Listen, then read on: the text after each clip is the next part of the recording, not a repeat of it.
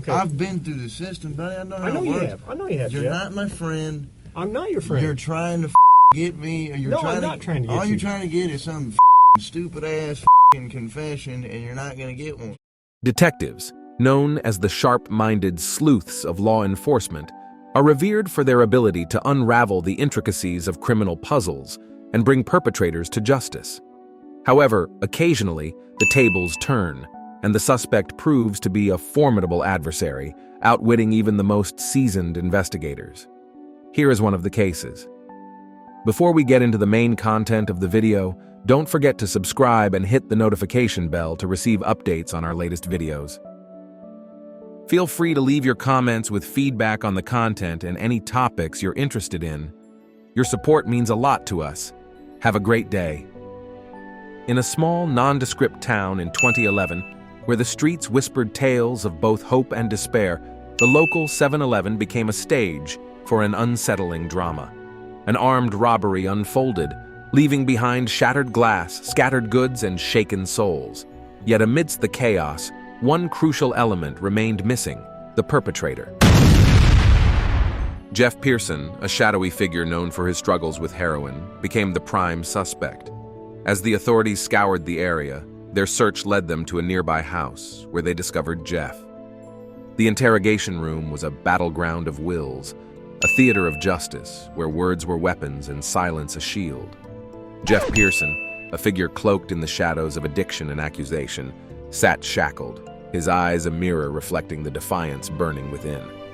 Detective Bill Anderson entered, his demeanor a blend of authority and calculation, his voice a weapon honed by years of experience. "You know why you're here, Mr. Pearson," he stated, his tone a razor's edge slicing through the silence. Jeff's response was a defiant retort, a declaration of independence from the web of deceit closing in around him. "Okay, that's not enough. Okay, I've been through the system. You're not my friend. All you're trying to get is some stupid-ass confession, and you're not gonna get one." With a practiced hand, Detective Anderson laid his cards on the table, each word a thread woven into the tapestry of justice. "Am I under arrest?" Jeff declared, his voice a beacon of clarity amidst the murky waters of accusation. The detective's next move was a gambit, a calculated risk designed to unravel the tangled web of lies and deceit. "What am I going to write for?" "Well, like I said, I need to read your rights first. Obviously, the charge is robbery, okay?" He posed, his words a baited trap waiting to ensnare the truth. But Jeff remained steadfast in his resolve, his silence a fortress against the onslaught of interrogation. "I'm not asking if you want to talk to me at this point. I'm just wondering, did you understand what I read to you? That's all. Am I under arrest?"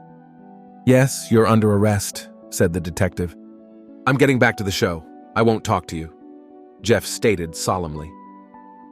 As the interrogation wore on, Jeff's withdrawal from heroin intensified, his body a battleground between addiction and resolve.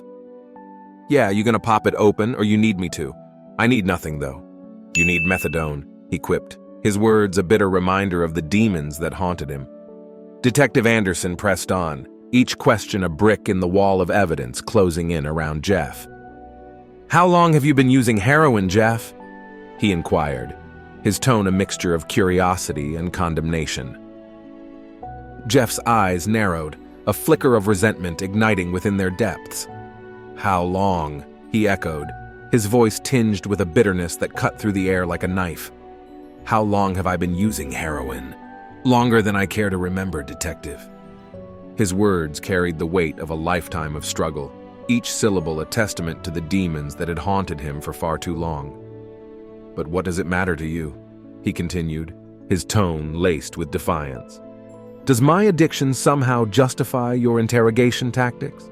Does it give you the right to treat me like some kind of specimen under a microscope, to be dissected and analyzed at your leisure?" There was a fire in Jeff's gaze, a defiance that burned brighter than the sun. "You want to talk about heroin, detective? Fine. Let's talk about the system that failed me, that pushed me into the arms of addiction when I had nowhere else to turn. Let's talk about the injustices that brought me to this moment, shackled in this room like some kind of criminal mastermind." He leaned forward, his words dripping with venom. "So go ahead, detective. Ask me your questions. But know this. No matter how many bricks you throw, no matter how high you build your wall of evidence, you'll never break me. I've faced worse than you, and I'll be damned if I let you tear me down now." But Detective Anderson was relentless in his pursuit of the truth. His interrogation a relentless assault on Jeff's defenses. "But you know, if you're saying you didn't do it, you need to give me your side of the story." He pressed, his words a relentless barrage against Jeff's resolve. Yet Jeff remained steadfast in his refusal to confess, his silence a testament to the resilience of the human spirit. "Tell me what happened last night, plain and simple. Your side of the story," Detective Anderson demanded, his voice a thunderclap echoing through the silence of the room. "I'm not talking to you, all right? You were sitting there talking just like you're ready to sit here and tell me what happened last night, and then all of a sudden I read that to you and you screw it. I ain't talking to you." "I want a lawyer," Jeff retorted, his tone resolute. As the interrogation drew to a close, Jeff emerged from the crucible of justice, his spirit unbroken and his resolve unyielding.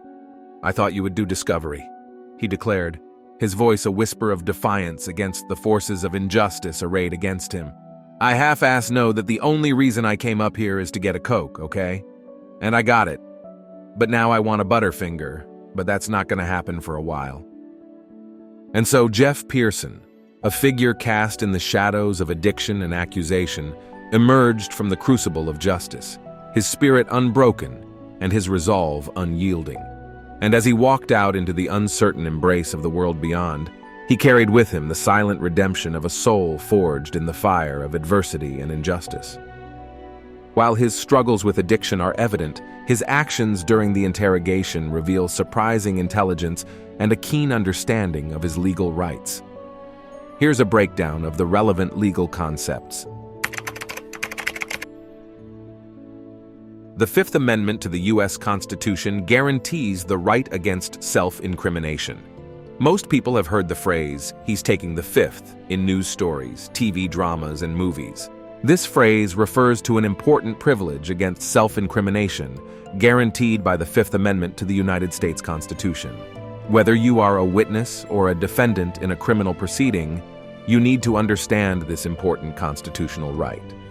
If you are at all worried about your right to assert it, you need to consult with an experienced criminal defense attorney who can help you make the best decision on how to proceed. The Fifth Amendment is part of the Bill of Rights and provides a number of important rights. Some of these protections include the following prohibitions: from being held to answer for a capital or other serious crime without a presentment before a judge or an indictment by a grand jury. Being tried for the same crime more than once, also known as the protection against double jeopardy. Having property taken for public use, known as eminent domain, without being paid fair compensation. Being forced to say anything that incriminates oneself or to testify against one's penal interests. A defendant has the right to decline to testify at his trial or at his sentencing. The judge, prosecutor, or defendant's attorney cannot force a defendant to testify. If a defendant asserts this right, the jury or judge deciding the case is not permitted to take the defendant's decision not to testify into consideration when deciding his guilt or innocence. In fact, prosecutors are prohibited from commenting negatively on a defendant's decision not to testify. However, a defendant can waive that right by taking the stand and testifying, and he becomes subject to full cross-examination. Jeff Pearson's decision to invoke his Fifth Amendment rights during the interrogation was a strategic move born out of a deep understanding of his legal protections and the dynamics of the criminal justice system. By refusing to speak without legal representation and asserting his right to silence, Jeff effectively shielded himself from potential self-incrimination and manipulation by the authorities. First and foremost, Jeff recognized the gravity of the situation he found himself in. Facing potential imprisonment ranging from 10 years to life without parole for a crime he adamantly denied committing, Jeff understood the importance of protecting his legal rights. By invoking his right to remain silent and to have legal representation present during questioning, He placed a barrier between himself and the interrogation tactics employed by Detective Anderson and the police. Jeff's experience with the criminal justice system also played a pivotal role in his decision-making process. As a known heroin addict with a history of encounters with law enforcement, Jeff was well aware of the potential pitfalls of engaging with the authorities without legal counsel. His refusal to cooperate with the interrogation stemmed from a distrust of the system and a desire to protect himself from potential coercion or manipulation.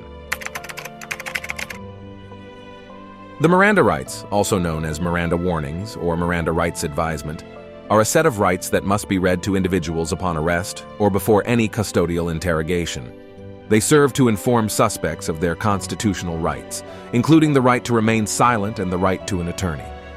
These rights are based on the Fifth Amendment of the United States Constitution, which protects individuals from self-incrimination. It doesn't matter whether an interrogation occurs in a jail, at the scene of a crime, on a busy downtown street, or in the middle of an open field. If a person is in custody, not free to leave, whether or not handcuffs are involved, the police must read the Miranda rights if they want to ask questions and use the answers as evidence at trial. Firstly, Jeff's decision to invoke his Miranda rights demonstrates his awareness of the power dynamics at play during police interrogations. Despite facing severe heroin withdrawals and the inherent vulnerability associated with his addiction, Jeff maintained a clear-headed approach to protect himself from potential exploitation. His refusal to speak without legal counsel served as a preemptive defense against any attempts by the detective to elicit self-incriminating statements or coerce a confession. Furthermore, Jeff's insistence on legal representation reflects a calculated understanding of the potential consequences he faced. Charged with armed robbery and confronting the specter of imprisonment ranging from 10 years to life without parole, Jeff recognized the gravity of the situation. By demanding a lawyer, he sought to level the playing field and ensure that his rights were upheld throughout the interrogation process. Jeff's refusal to cooperate with the interrogation, despite the detective's various attempts to elicit information, underscores his determination to protect himself from potential miscarriages of justice. In the face of intimidation tactics and false claims of evidence, Jeff remained resolute in his silence, refusing to succumb to pressure or manipulation. His unwavering assertion of innocence and demand for legal representation served as a bulwark against the encroachment of unjust interrogation tactics. Moreover, Jeff's utilization of his Miranda rights not only protected his immediate interests, but also laid the groundwork for a potential defense strategy moving forward. By refusing to provide incriminating statements without legal counsel present, Jeff preemptively safeguarded himself against the use of coerced or involuntary confessions in any future legal proceedings. This strategic approach reflects a keen understanding of the importance of procedural safeguards in preserving one's rights within the criminal justice system. Ultimately, Jeff's decision to assert his Miranda rights and refuse to speak without legal representation enabled him to navigate the complexities of the interrogation process with a measure of control and agency. Despite facing formidable challenges, including the specter of addiction and the weight of criminal accusations, Jeff demonstrated resilience and resourcefulness in safeguarding his rights and protecting himself from potential injustice. The Sixth Amendment to the United States Constitution guarantees individuals the right to legal representation during any criminal prosecution. Jeff's request for a lawyer is a clear indication of his awareness of this fundamental right. By invoking this right, the Sixth Amendment to the United States Constitution guarantees individuals the right to legal representation during any criminal prosecution. Jeff's request for a lawyer is a clear indication of his awareness of this fundamental right. By invoking this right, Jeff ensures that he has someone to advocate for him, provide legal advice, and protect his interests during the interrogation process. This right is crucial in safeguarding individuals against potential abuses of power by law enforcement and ensuring that they receive a fair trial. In the American criminal justice system, the principle of innocent until proven guilty is a cornerstone of due process. The burden of proof lies with the prosecution, who must establish a suspect's guilt beyond a reasonable doubt. Jeff's decision to remain silent during the interrogation does not constitute an admission of guilt. Instead, it upholds his right to be presumed innocent until proven otherwise. By exercising his right to silence, Jeff does not provide any incriminating information that could be used against him, thus maintaining the presumption of innocence throughout the legal proceedings. In criminal cases, the prosecution must present evidence that convinces the jury of the defendant's guilt beyond a reasonable doubt. Jeff's refusal to confess or provide incriminating information makes it challenging for the prosecution to meet this burden of proof. By maintaining his silence and not cooperating with the interrogation, Jeff creates reasonable doubt about his involvement in the alleged crime. Without concrete evidence or a confession from Jeff, the prosecution's case becomes weaker, and it becomes increasingly difficult to secure a conviction. Jeff's actions effectively raise the bar for the prosecution, underscoring the importance of thorough evidence and legal procedures in ensuring justice. That's today's story, folks. Have you ever witnessed a battle of wills like the one between Jeff Pearson and Detective Anderson? Or ever felt the weight of injustice pressing down on you like a leaden sky? Or stood firm in the face of interrogation, refusing to let your spirit be broken? Leave us your comments. Goodbye, and remember, sometimes the truest victory lies not in the confession, but in the silence that speaks volumes.